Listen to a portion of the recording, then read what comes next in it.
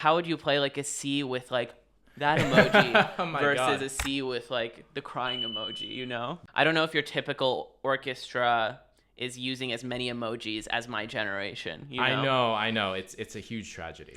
Yeah. Yeah. We'll change that.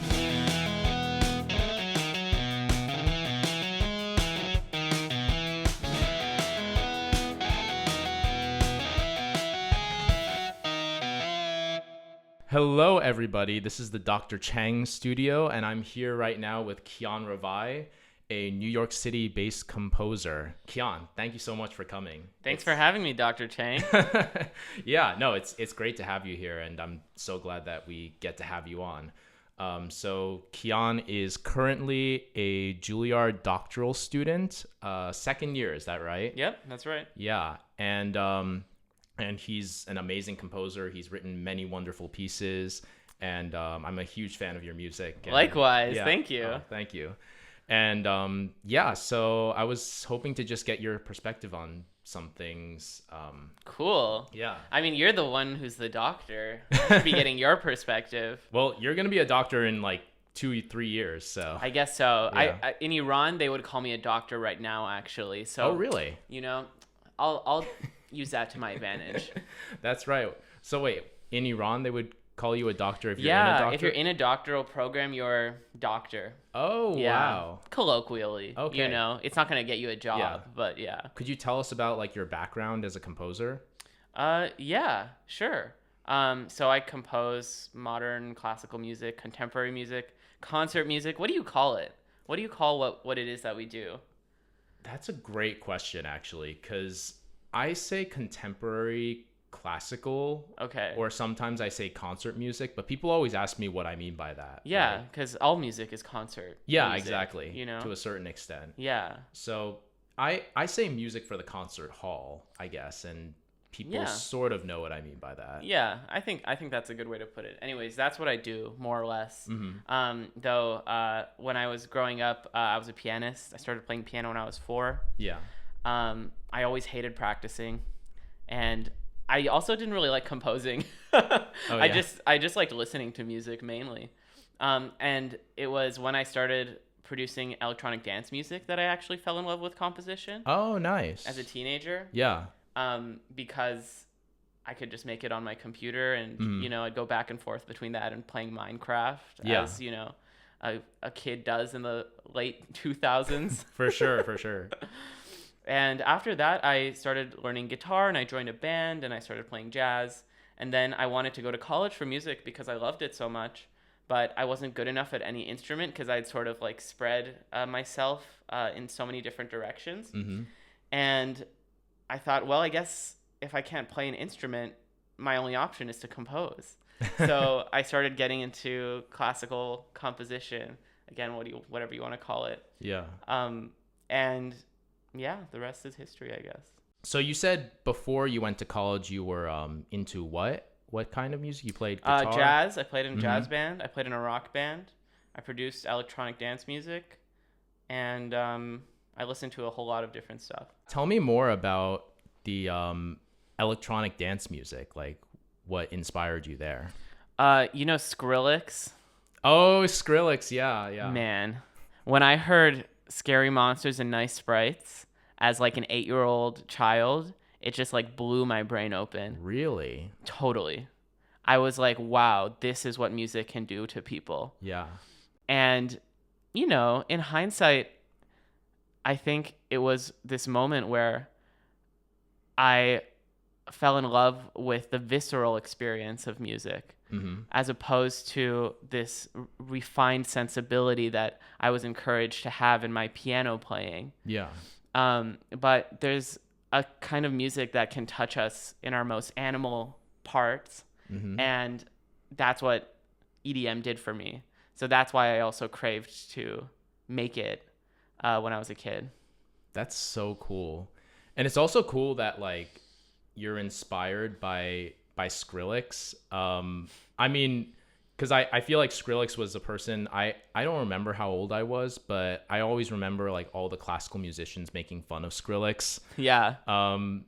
And I'd imagine like in the composition world, there's sort of like sometimes there's a thing of like classical music. Yeah. But it's always nice to hear people being inspired by like all sorts of things outside of their realm. And I think it's also like more closely related to contemporary music than we give it credit for, because it's this whole idea of like timbre as a formal device. Yeah. Pitch is kind of a secondary consideration to timbre, which is just spectralism and all sorts of different things. I don't know. That's a kind of a reductive statement. But anyways, it's highly sophisticated, actually. Yeah. But it also has like broad commercial appeal. Have you ever tried like analyzing Skrillex from a classical lens? Yeah, actually. I actually just gave a presentation in one of my classes about the visual representation of timbre. Oh, no way. Yeah. Some scholars have tried to notate timbre, and it's pretty interesting, actually.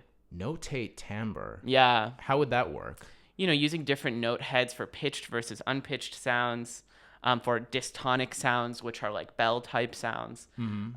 Instead of the two, like the grand staff that we're used to with the piano, two staves, there are like 5 or 6 staves that represent the entire range of the frequency spectrum. Wow. So it's sort of like an EQ turned sideways. And then you can plot your pitches on that map, and then the note heads tell you what they sound like. That's so cool. Yeah. I gotta say, I was always kind of bummed that none of the composition software, or that I don't see pieces that are like color coded.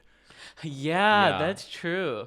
I have a friend who has been using emojis for his note heads. Really? Which is pretty interesting. Yeah. I mean, how would you play like a C with like that emoji versus a C with like the crying emoji, And it's also like relevant. I feel like a lot of musicians would really get behind that. Yeah, exactly. We all use emojis. We know what it means.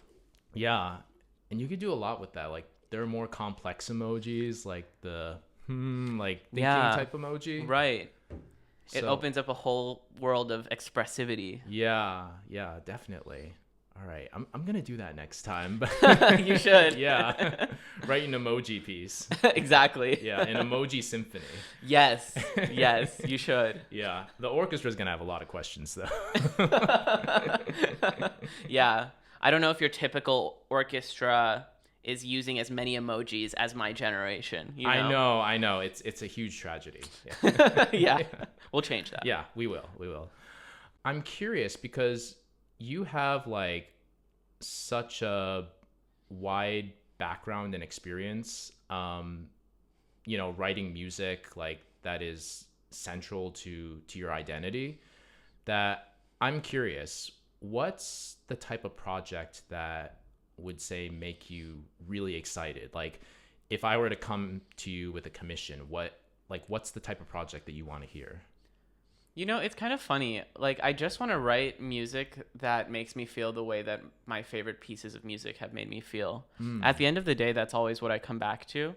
And so I do like to experiment, and I do like to push boundaries. But I also like to give people resonant emotional experiences. Yeah. And I would much rather do that and reuse the notes in the ways that they have been used by composers of the past than trailblaze for its own sake. So that being said, I think my dream project is like an evening-length oratorio, because all of my favorite pieces just happen to be evening-length oratorios, like Handel's Messiah and Bach's St. Matthew Passion, Haydn's Creation, Mendelssohn Elijah. Like, these are the pieces that like I always return to and that keep me going as a composer. So it's not like a super sexy answer in terms of incorporating all of these different styles, though I think they would come through because that's just what happens when I compose.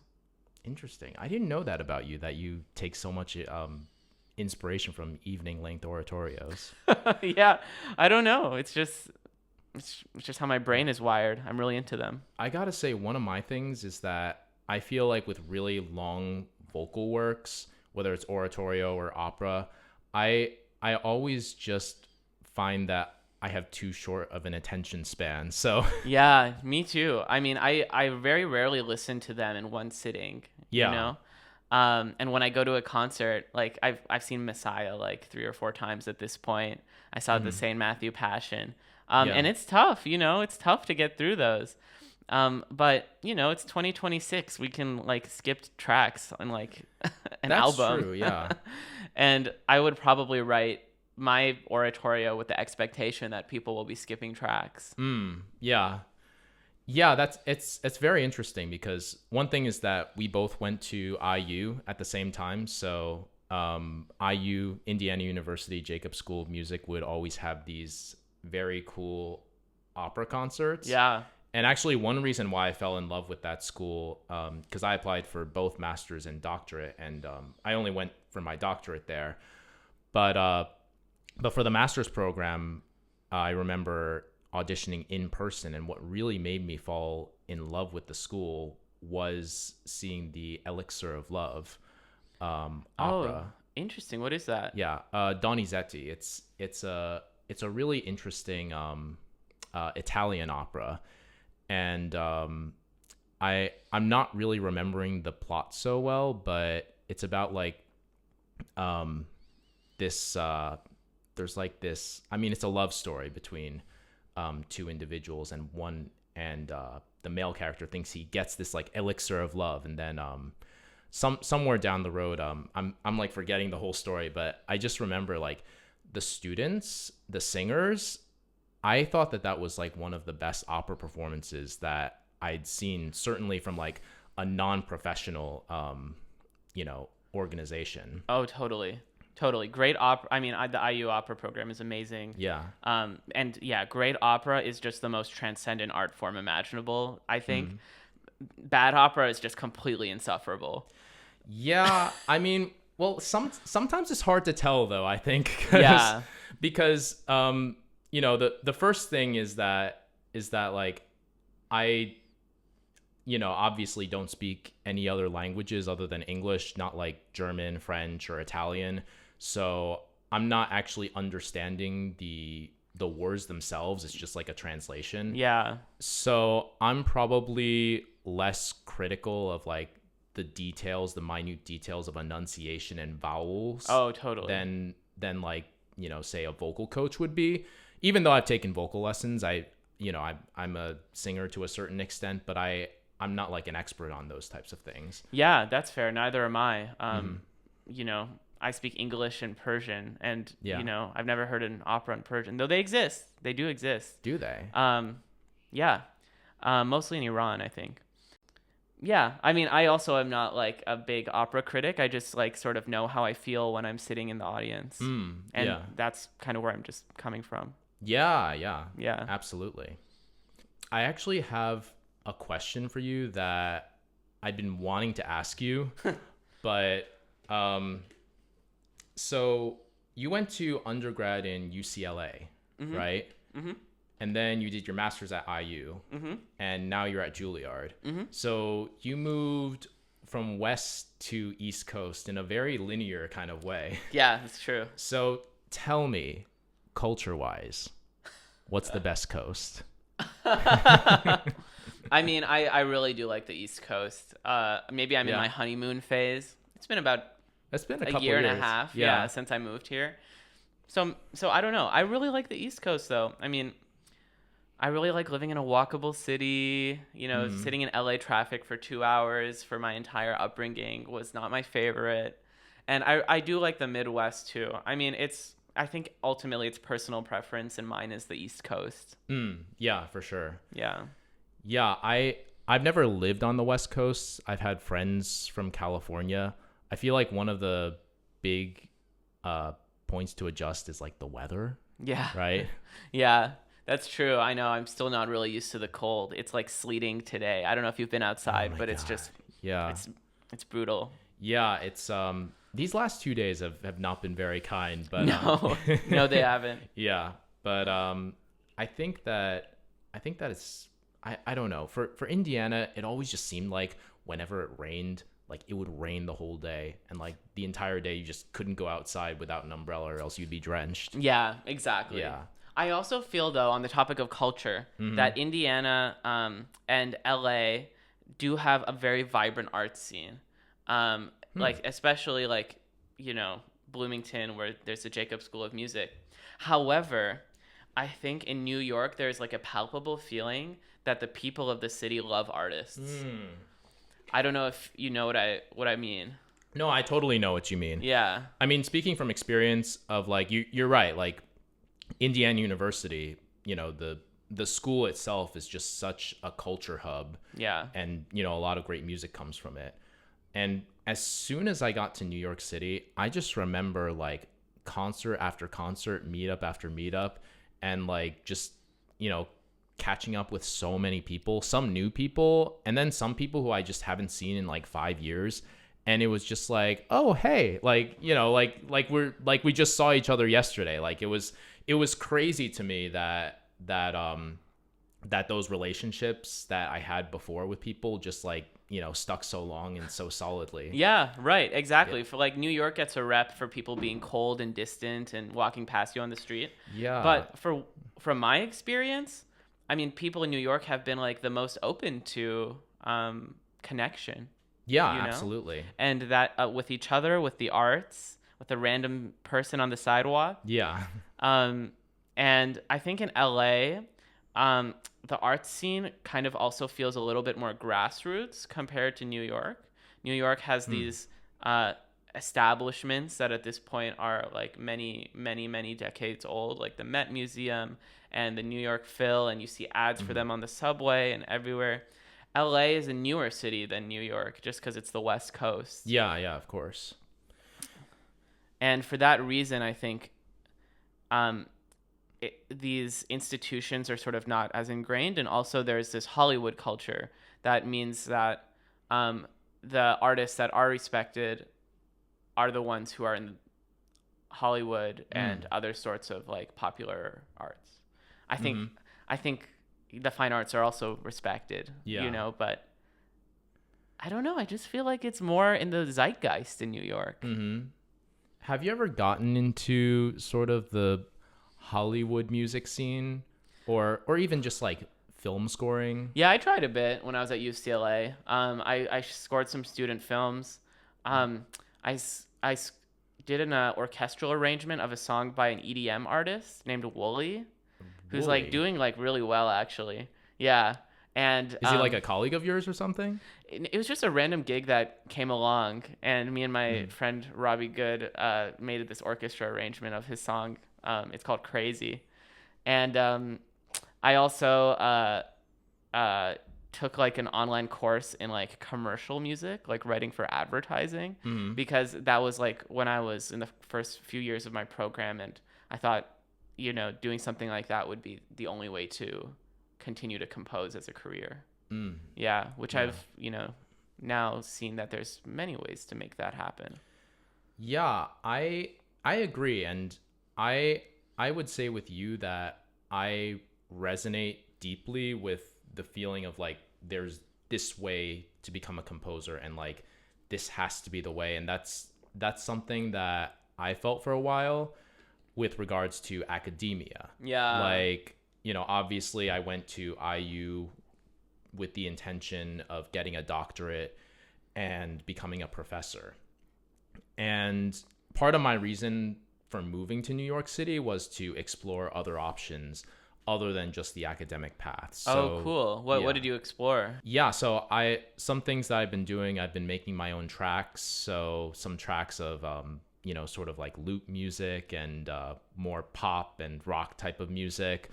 I've been sort of in the beginning phase of trying to expand my social media. My social media presence. It's awesome. Go follow Dr. Chang. Yeah, please do. But I'm still in the beginning of phases of everything. I'm trying it out.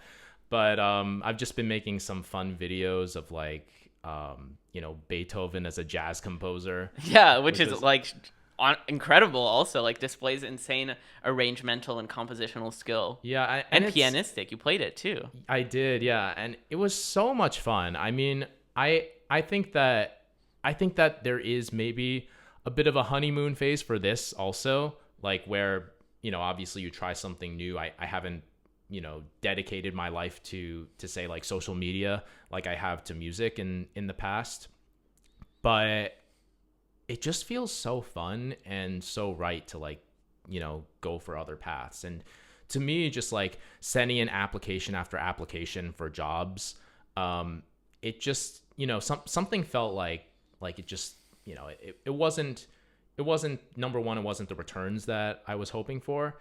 And number two, it just felt like there's got to be something more than this. Because like I also see people who are in their professor jobs, and they're obviously amazing. They're, I respect them so much for what they do. But it's not like life is all sunshine and roses once you get there. Like there's administrative stuff that you have to deal with. There's you have to teach classes, you have to deal with students, you have to deal with faculty and colleagues and administrators who are telling you have to do this or else this is going to happen. Yeah. So it's like it is a tough path, but then also, it's a path that is very specific, and to just sort of try to bundle everybody into that and say this is the only thing you can do, it seems a little, old-fashioned to me, frankly speaking. Yeah, exactly. And I think all composers have a fantasy of a life where you get to just compose, Mm-hmm. And in 2026, I don't know a single composer who doesn't do something else also. I didn't live like in the 20th century to see what the composition world was like then. Yeah. But it seems like composers all throughout history have interests and passions in things other than music. And I think that's important, especially for composers. That's very true. And, Mozart needed to concertize. And then you do have some people in the 20th century, like Elliot Carter, who came from like a lot of money and, didn't want. Yeah. So didn't rely on commissions. And or you have Charles Ives. Yeah. But I mean, he was the captain of his football team in college. Oh, is that Yale. true? Yeah, he was. I didn't know that. And yeah, apparently he was like an innovator in the field of insurance. He was, yeah, absolutely. Just as he was in music. Yeah. So yeah, the list goes on and on. But I mean, I wouldn't want it any other way, because a life of just composing means there's nothing to compose about. Absolutely. Yeah. So on that note, what would you say your outlet is outside of music, or outlets? Outside of music, I like to run. I love to just have conversations with the people I love. I am in a doctoral program right now, so I read a lot for my program. Mm-hmm. That mostly is about music at this time. But other than that, I love to read fiction and play some video games here and there. Yeah. And yeah. What video games were you most recently playing or are playing now? Most recently, I was playing Donkey Kong Bonanza with my wife. Donkey Kong Bonanza? Yes. Oh my goodness. It came out very recently. Yeah. And that was how we spent our winter break. That's so cool. Yeah. And I'm sorry, remind me what your wife does again? She's a PhD candidate in sociology at Indiana University. Oh, yeah, that's right, yeah. Because she's still in Bloomington, and you're in New York and doing the long distance thing. Yeah, exactly. Yeah. Exactly. A lot of musicians obviously are in relationships with musicians, but then also there are a lot of musicians who are in relationships / married to non-musicians. Joan Tower is an example of someone who is married to a non-musician, and her husband, unfortunately, tragically passed away quite recently. Oh, wow. Yeah. But it was a very healthy relationship. Yeah. And so how do you feel about your relationship with I don't. Maybe that's the wrong way to ask. I don't really have a point of reference, to be honest, because we've been together for 10 years, basically since high school. Yeah. So that's amazing. Yeah. Yeah. But I've loved the conversations we have. I feel like I learned so much about sociology, and I get to learn so much about society and how she thinks about the world. And ultimately, I feel like it helps create a little bit of work-life balance when I get to come home and not think about music. Yeah, absolutely. What a crazy concept. Being an artist, but not having your entire existence consumed by your art. That's actually something that I've really admired about you, because you seem, I mean, obviously, like, you do a lot of music and have seen a lot of success, but also like I like how you're very down to earth about many other things, and I appreciate that. Yeah, I appreciate absolutely. that. I like that about you too. And Oh, thank you. I think it's it's something you take for granted if you do anything else for work. Yeah. But in music, there's a tendency and maybe even pressure to make it your entire identity. But humans are multifaceted, so it's just the truth of the matter that there's so much more to us than music, but music does encapsulate so much of what we are at the same time. What do you usually do when you are working on, say, a piece of music and you're just not making progress? And the term that people usually use for this, just for the audience, is called writer's block, which is a term that I have a very complicated relationship with. Tell me more.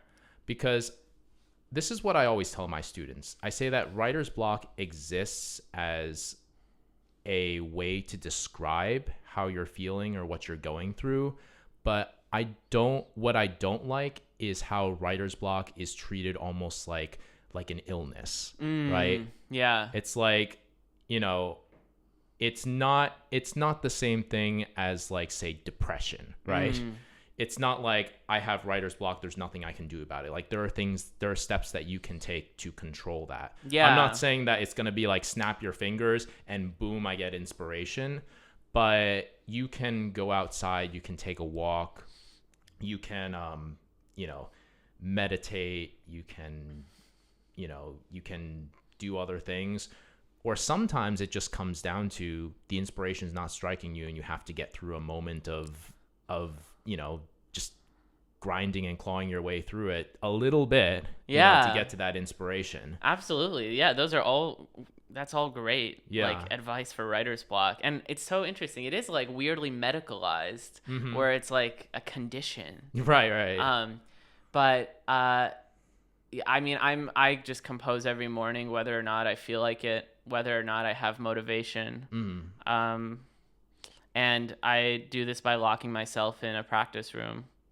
So I'm going to be in that practice room whether or not I'm writing.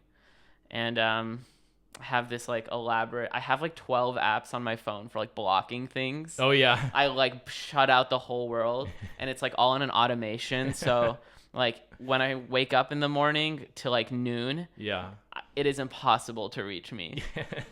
You use one app to block all your apps and then use another app to block that app. Exactly. Like 12 times. That sort of thing, yeah. So then when someone texts you, you're like, oh, shoot, unblock. Yeah, exactly. I'll be right with you. It's a whole process. Yeah.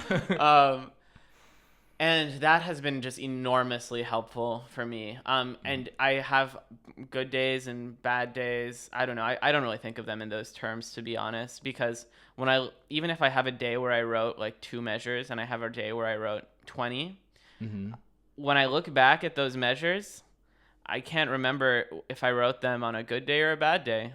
It's about raising the floor of knowing that even at your worst, you're still decent, And that has given me a lot of confidence, I think. Yeah. I like that. I like that phrase. When you're at your worst, you're still decent. Yeah. Because that makes you feel good. Yeah. And that's what our training has done for us. Yeah. That actually sort of reminds me of a quote by this guy named Mark Manson, who's like a self-help type of guru. Yeah. And I remember that one of his quotes was, I don't know if this is an exact quote, I'm probably paraphrasing, but the acceptance of a negative experience is a positive experience, and the striving for a positive experience is a negative experience. So like, if I were like, I wish I were richer, I wish I were more famous, then I'm striving for something positive, and that in itself is making me negative. It doesn't have to, but I'm making it so. Okay. On the other hand, if I just accept, okay, I'm not the richest person in the world, I'm not the most famous person in the world, then that in itself is a positive experience, because it's like, well, I've accepted it. Like, boom. Oh no, right? I love that. Yeah. You know, we just had at Juilliard a seminar with Kevin Putz. You know Kevin Putz? Oh yeah, he's the composer in residence or something. Yeah, he's been giving lessons throughout the last couple years. Yeah, that's amazing. He's a great composer. Yeah, great composer, great guy. And he said something really interesting. I asked him in the seminar, like, what's the new frontier for you in your music? Like, what is something that you're sort of like chasing after these days? And he's like, I don't really have an answer to that because I feel like I've just accepted who I am as a composer. And I thought that was such a beautiful thing. I genuinely hope that I reach that point one day, because at the end of the day, like, different strokes for different folks. There's some composers that I really respect, like Don Freund. Did you study with Don Freund at Indiana? I didn't, but I've interacted with him quite closely on various things. He's in his 70s and he's still expanding his influences, and That's I true, admire yeah. that so greatly. I think for me, I would like to reach a point where I can say this is who I am. Mm-hmm. Yeah. Yeah, and I think it's also worth noting that that's easier said than done. So much easier said than done. Yeah. It takes a lot of experimentation in order to get to that place. Definitely. Yeah. Yeah, and I think that another important thing to note is that both of us are still, in the grand scheme of things, quite young. Yeah, it's true. Like, composers, and this was actually something that Mindy Wagner, Melinda Wagner's the current chair of Juilliard, told me, which is you really never stop being a young composer until you're at least 50. Like, exactly. Yeah. That's when you've emerged. Yeah, right. That's when you've begun. I mean, there are some people that say different things.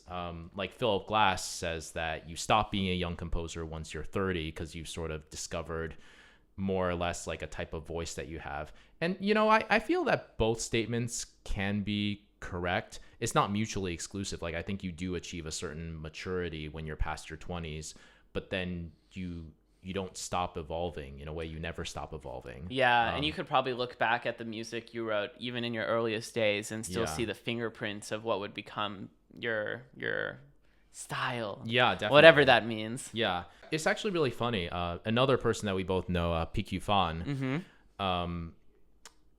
he gave a presentation in composition forum. I don't know if you were there for it, but he was presenting some of his music. Okay. And he showed this ensemble piece of when he was 28, 29 years old or something. Yeah. And I just remember thinking, wow, this is really, really cool writing. Like, this is amazing. Yeah. And then he showed his Vietnamese Requiem. Yeah. Which is this large 40-something minute, 50-minute choral work. Possibly, he might consider like his magnum opus or one of his magnum opuses. And I remember, it was really good. It was great. And he was talking about how he saw the footprint of his younger piece in that piece, in the Vietnamese Requiem, but just simply he became more mature. It was a more mature voice. And while I sort of see what I was talking about, I gotta say, I was like, gee, I thought that 29-year-old piece was pretty good. I know. But maybe when we're his age, we'll prefer the Requiem. Yeah, that's right. I don't know. Yeah. Sometimes I wonder. Yeah, no, that's another thing that I was thinking. Like a lot of pieces now that I really love, they're from composers who are rising up. Like, people who are our age or slightly older. Yeah. I gotta say, like, some of those pieces, I really just... Oh, same. I love them. I know. Yeah. And I imagine, a lot of our music is going to somewhat morph or shift in some sort of way as we age. Yeah. But yeah, how do preferences change? How do preferences change? Have your tastes changed a lot over the course of your studies? Ooh.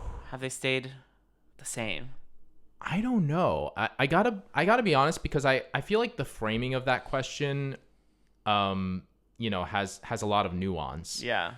Which is that I may have thought that I like a certain type of music. Like, for example, when I was in an undergrad program, maybe I thought that the coolest music was just the most experimental sounding because I thought that's what I was supposed to like. And I would hear this piece that, you know, a piece by like Ferniho or something with this incredibly complex, you know, notation and music, nothing against Ferniho or anything, Yeah. and think like, oh, that's the pinnacle of composition, right? Totally. But at the same time, that's not my voice. Right. So I think that my tastes have definitely changed as to I become more aware of the type of music that I want to write. But it also makes me wonder, like, if I had those same influences before and just didn't know it, like because I didn't want to say, like, you know, oh, I was bumping to Skrillex yesterday or something. So in a way, no, that's so true. I mean, when I, like, in my undergrad, like, I was still making EDM. I just wasn't bringing them to my composition lessons, Yeah. you know? I actually wrote a lot of music that I didn't bring to my composition lessons because I didn't think my teachers would approve of it. And it was actually very helpful because, like, I didn't want to stifle that part of me either.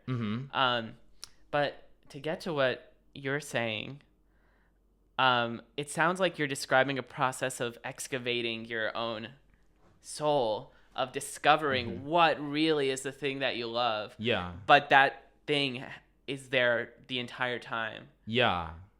And I very much relate to that. I think it's like self-knowledge is the most important trait that an artist can have. Definitely. You know? Yeah. Yeah, absolutely. I agree. And self-knowledge is one of those just amorphous concepts. Yeah. Like I'm trying to sort of teach that right now to some of my students. And I have students who are, you know, who are on the younger side and on the older side. But like for students in, like, say middle school or high school, you know, I think that is tricky because you want to let them experiment, but then you also sort of want to instill the seeds in them of, like, you know, how to find yourself and, like, the types of things that will matter going forward. Sure. So how do you approach that then? Oh man. I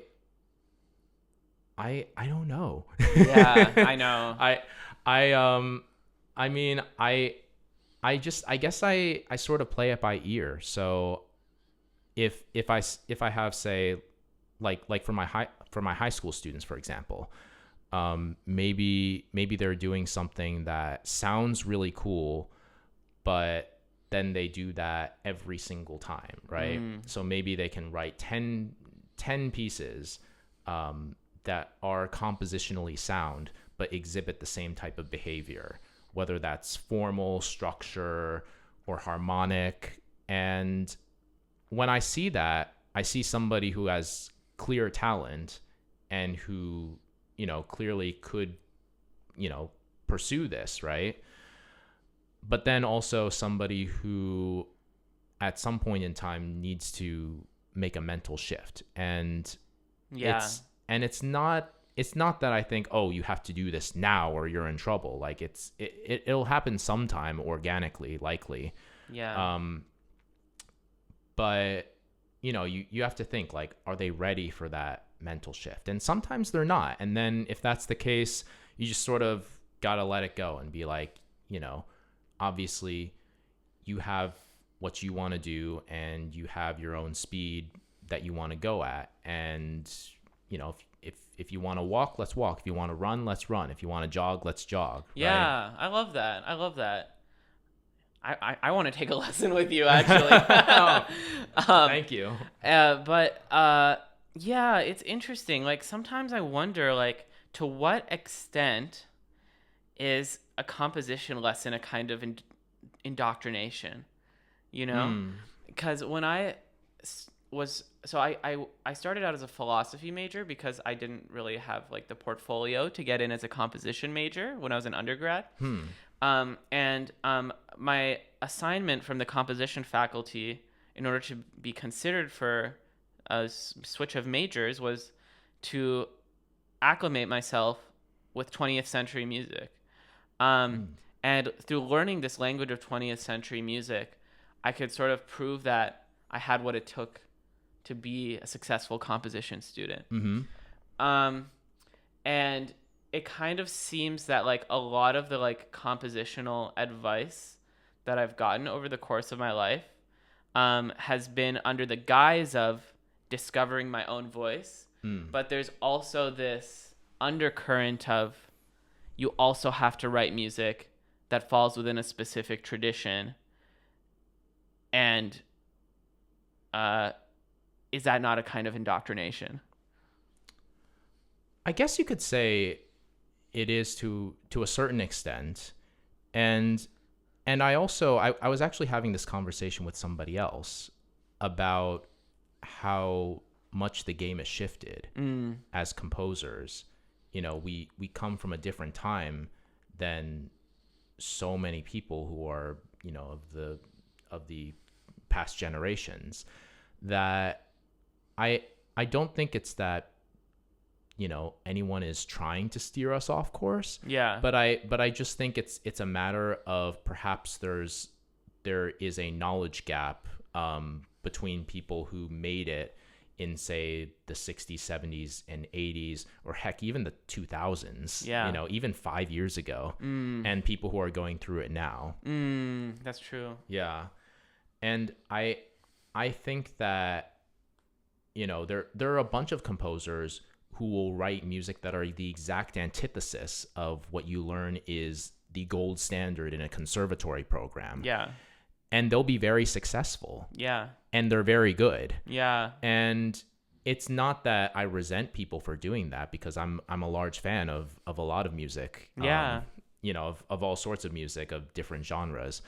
But where I have a problem is to deny that other forms and other paths exist. You know, including some that might be less quote unquote serious, like people who post on social media, like, you know, short 30-second covers of different styles or something. Yeah, that's beautiful. Yeah. That's a beautiful point of view. And yeah, I hear anecdotes from my teachers who, you know, when one of my like faculty members at Juilliard was saying, even in the cafeteria, the atonal and the tonal composers couldn't sit together. Because there was such a rift. Yeah. And I'm glad we're not living in those times anymore. I'm glad too. Yeah. Yeah. Cause there definitely was a period of that, like in the late 20th century. Yeah. And it didn't sound fun to go through. No. And come on, guys. It's all bleep bloops at the end of right. the day. Yeah. No, it's true. It's true. What are you writing right now? Right now, I am in the beginning stages of a piece that is for string quartet and narrator. And the narration is text from the Declaration of Independence, because it is the 250th anniversary of the Declaration of Independence. And the piece will be performed on July 3rd, the day before Independence Day. Oh, wow. And it's a very interesting time to be dealing with this text. But having, you know, taken a very deep dive into it, it is fascinating to see how it comments on our current situation. And I'll leave it at that. So when you compose for text, what do you usually... What's your process? How do you approach writing with text? Well, it's interesting. This is a piece with narrator, which I've never done before. So I actually started by looking at some other pieces with narrator. I actually should look at your piece with narrator. What is it called? It's called Letters from Zhonghai. I can send you a link to it because it's currently unlisted. But okay. Yeah. And let me ask you also, how did you approach that? Like, does the narrator have to be a musician? Are they reading some rhythms, or do they just talk over the music? In my case, the narrator was a musician. Yeah. A singer named Esther, who did her doctorate at Indiana University. Oh yeah, I think I remember Esther. She's a Taiwanese singer, wonderful Amazing. person. Yeah. And no, I didn't make them say I didn't make them follow any rhythms. What I did was I had the electronic fixed media tracks already made, and I would say this line, can you speak this line over the course of 5 to 10 seconds? And then this line over the course of like 7 seconds. And so she would turn on her phone timer and then be looking at the timer as she's reading the text. Oh, smart. Yeah. Very smart. I asked because I need more inspo, but yeah. Anyways, I looked at some examples like Copeland Lincoln Portrait. Richard Danielpour has a piece called Washington Speaks. John Corigliano has a piece called Creations. Yeah, and then I just see how they approach it. And but your question is probably how I interpret the meaning of the text into music.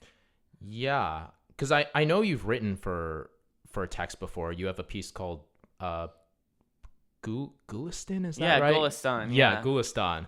Yeah, and it's for voice, clarinet, and piano. And I've been seeing it like, you know, all around, like, you know, being performed all over the place. But I haven't gotten a record. Is there a recording online? Yeah, it's on my website. Okay. Yeah, I'll have to check it out. Yeah. But how did you approach that piece? That's a very interesting one because I was working with existing melodies. All of the vocal lines are existing folk songs. All of the lyrics come from existing folk songs. And what I did was kind of a process of collage. It's all about like combining my Western and Middle Eastern heritage. My folks are Iranian immigrants. And I basically juxtaposed the songs in some ways. Like I set the Iranian folk song in like a folksy Americana style. Oh, cool. And I set like an English folk song in like a Persian classical style. Yeah. You know, playing these sorts of games. So that was kind of like a interesting approach to composition. It's freeing in a way when you have somebody write something for you and you just kind of arrange it in different ways. Yeah, no, I agree. Those are some of the best projects when they come at you with a clear sort of vision. Yeah, I think. Right. And I did come up with the idea, but I mean the folk songs like came down to me from previous generations. Oh, cool. Yeah. Yeah. So how would you say that your background affects your music and, you know, how you approach music writing? Yeah, I mean, a lot of my music is inspired by Iranian classical music. I started studying it in my 20s, and I started learning to play the setar, and I've deepened my knowledge of the repertoire of Iranian classical music, though really it will take more than a lifetime to go as deep as the people who really dedicate themselves to it. And I write a lot of stuff that combines aspects of Persian classical music with aspects of Western music, aspects of other traditions. I wrote a big piece for solo violin and dancer with a collaborator who's Jewish, where we each invested in learning about the other's cultural heritage. In her case, Persian dance. In my case, Jewish music, specifically klezmer music, and then came together to write a piece that fused all of it together. And it was a fantastic experience. I took klezmer composition lessons for a year and learned so much. And I hope I can do that sort of process with other artists going forward. Klezmer composition lessons. Yeah. What do you mean by that? How to write klezmer tunes. Tell me more about that. How to write a klezmer melody. They have different scales that we have names for. They're like modes of the harmonic minor scale sometimes. But they also operate a little bit more like medieval modes almost, in the sense that they're different if you go down from the tone center versus up from the tone center. And, you know, there's all these little nuances. And even if you know the scales, that doesn't mean you know how to write a melody, because a lot of the melodies are also derived from Yiddish language rhythms. So I wrote so many pieces for my teacher that I thought sounded like klezmer music, but in fact anybody could tell they were fraudulent. Until But I like started to get it, after a lot of listening and a lot of advice. Melodies are so hard. It's I so mean, hard. it's insane. You would think all the melodies are used up by now, but like when a new one comes along, you're like, that was great, and then I'm like, darn it, why didn't I think about it? I Right? know, exactly. Yeah. So what's like an example of a fraudulent melody, as you called it? Maybe something that has uncharacteristic rhythms, something, I can't analyze it. Ultimately it's sort of like a feel type thing, I believe. Yeah. It's something that needs to be assimilated through immersion into a tradition, and that ultimately is always how I have learned. My method of analysis and study of other musics is to play it a lot, listen to it a lot, internalize it, not necessarily to think about what's happening in a mathematical way. Yeah. So, I love this framework that we learn through 1, imitation, 2, assimilation, and 3, innovation. I didn't come up with that. I just don't remember where it's from. But it is through this process that I expand my influences. Yeah, I think that's true. I mean, assimilation is obviously the first. Like you have to Or learn imitation, a I bunch of things. think, is the first. Or sorry, imitation, assimilation, and then innovation. Yeah. And innovation is obviously the most complicated. The most complicated. Yeah, but yeah, it's so hard, and I think that especially getting past the imitation phase, because I feel like one mistake that I've made as a composer is when I get stuck, I go right to the imitation. Yeah. And I'm like, let's see what that composer did, and let me see too. what I can do, right? Me too. Yeah. Yeah. And even as I'm like writing and like trying to, I mean, not copy like note for note or something, but Right. like recreate sort of the vision and the sound, I just don't feel good afterwards. I'm like, why did I write this? Like Oh, it that's was very good when interesting. it was good when they did it, but now when I'm recreating it, it just feels like something's wrong. Oh, that's very interesting, because I feel pretty great after I do that. Oh, usually. really? Well, it depends. Yeah. Because I ultimately want to capture the same feeling as whatever I'm trying to copy, but with my own notes, Yeah. I get that. I mean, I will say, here's something I will say. I think that all of my best pieces have had very clear inspiration from other pieces to the point where if I directed you to my inspirations, you could see like clear lines of connection. Same. 100% same. Yeah. But I will say that I feel like for me, it's a process thing. Like if I'm listening to something with the intention of copying it without knowing what I mean, it depends on for the reason, right? Yeah, true. Like if I'm just copying something because I'm like, well, Kevin Putz did it and it was good enough for him, so it's got to be good enough for me. Yeah. Then like that's not a good reason. But if it's like, oh, I want this effect and it sounded so cool here, if only I could do it. Oh wait, I can, because yeah, totally. So for you, is it more contemporary music that you go to? I would say so. Okay. I mean, I think that it can be cool from a cultural perspective to draw from Bach and Beethoven every now and then. Yeah. But to be honest, I'm not thinking of them when I'm writing music. Yeah, interesting. Yeah, for me,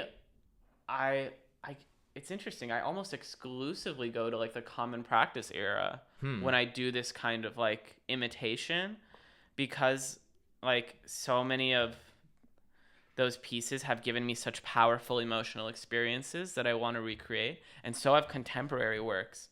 But frankly, I just can't get my hands on those scores as easily. That's So- that's fair. That's very fair. Yeah. And also, in a way, the distance of the common practice era from the present day makes me feel a little bit more emboldened to do my own thing with it. Like, what if it was like Elgar's Nimrod, but with more modulations, Mm-hmm. and it starts in a higher register, and there's some painful chromatic notes that harken to the Mahler Adagietto, and I put a little bit of Beethoven like motivic integrity in there, you Yeah. know? Yeah, and that's sort of the way, say, like Joan Tower approached her piano concerto, for example. Interesting. Her first piano concerto that I performed, and I got pretty far in a competition with it. Oh, cool. So I got to know it pretty well. Wow. And she always describes it as Beethoven came into the room and I couldn't kick him out. He just stayed there, and so I had to welcome him in. I love Something that. like that. And the piece has very clear, like, the beginning chord comes from Beethoven's I believe, Hammerklavier piano sonata.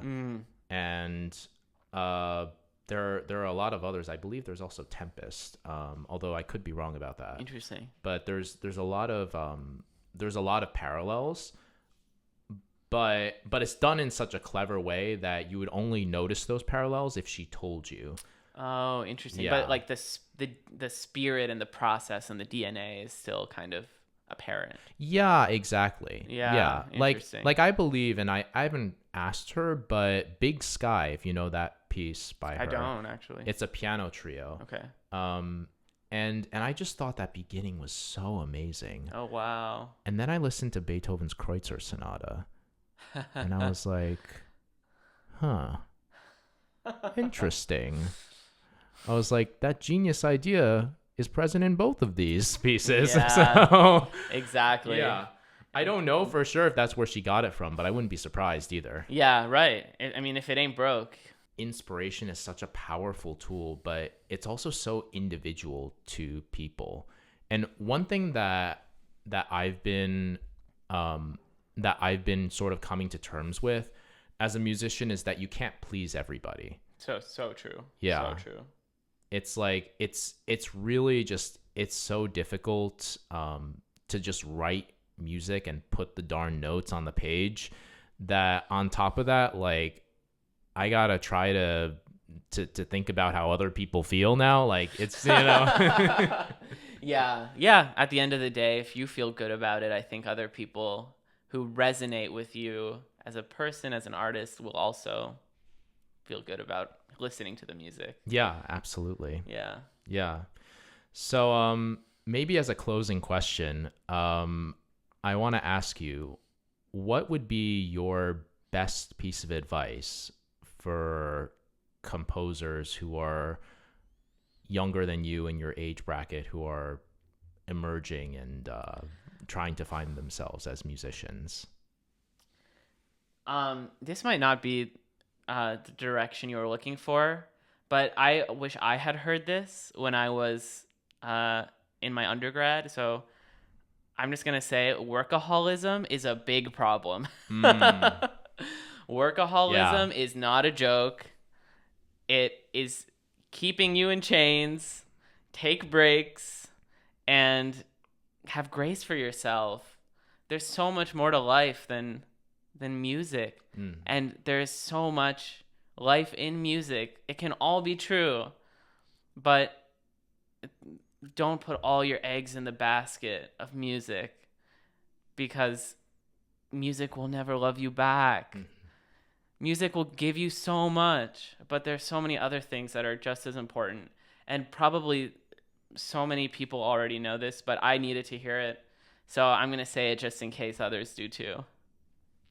No, that's beautiful. And I think it's so true. Like, I mean, you know, I don't want to speak from the perspective of like somebody who's even remotely old, but as I've reached the end of my 20s, I'm 29 right now, you know, I've been realizing that, like, you know, things don't last forever. Like youth, life, you know, money, fame, careers, like nothing lasts forever. And at the end of the day, like you just got to have people to talk to, and you got to have people that you can depend on. And you got to be a human being first. Yes. So, yeah. Absolutely. Couldn't have said it better. Yeah. But no, I totally agree with that. Yeah. Well, thank you so much for coming on, Kian. This has been so terrific. Thank and you. Yeah, it's so much fun. It's always so fun to chat with you. Oh, thank you. Well, you too. It's been such a pleasure to have you on, Kian. Thank you, Dr. Chang. Yeah, absolutely.